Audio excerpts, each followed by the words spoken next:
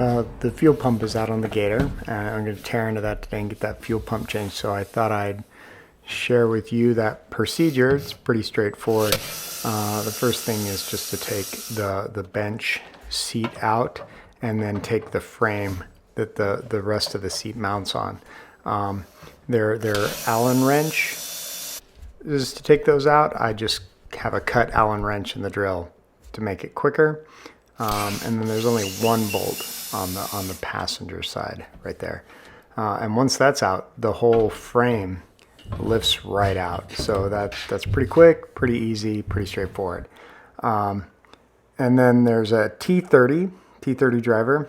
Actually, I think it's a T40. I used a T30. It fit as well. But I think it's a T40. A T30 will fit. And that's just one screw that's holding this plastic shroud that's covering the fuel pump. I didn't take the whole plastic shroud off. Instead, I hooked the seatbelt around it, slapped a clamp on the seatbelt to hold it up so that it was just pulled out of the way without taking it all the way off. And then the fuel pump, and just has a little screw topper that holds it down. The fuel line was actually cinched, had a cinch clip on it instead of a pipe clamp. So I cut that off, and I'll just put a pipe clamp back on it when I put it together. I'm going to put a vice grip on the fuel line so it's pinched closed. I don't think anything will leak out, but that way it's plugged and I don't have to worry about that. And then I'll just get that fuel line slipped off with my screwdriver here. There she goes.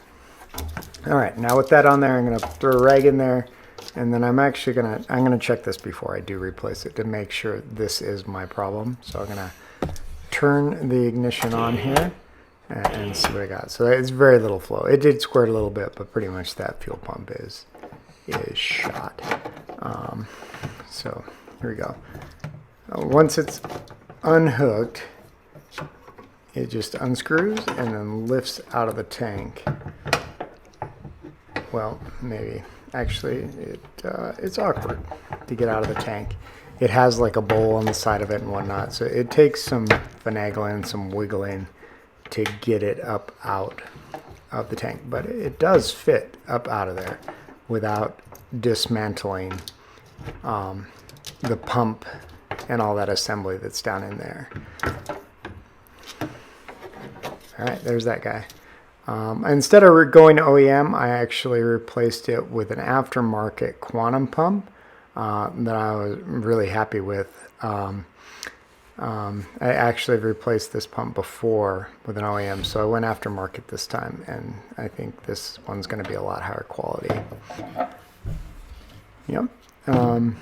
It was a little confusing where all the rings fit, but they do kind of have an orientation that makes sense. So just take the time to look at it and see the indentations for the orientations on the gaskets and that kind of thing. And then that fuel pump goes on to that old pump assembly. The whole assembly doesn't get replaced, just the pump. So that's pretty easy, pretty straightforward. This pump is a ceramic pump instead of a metallic pump.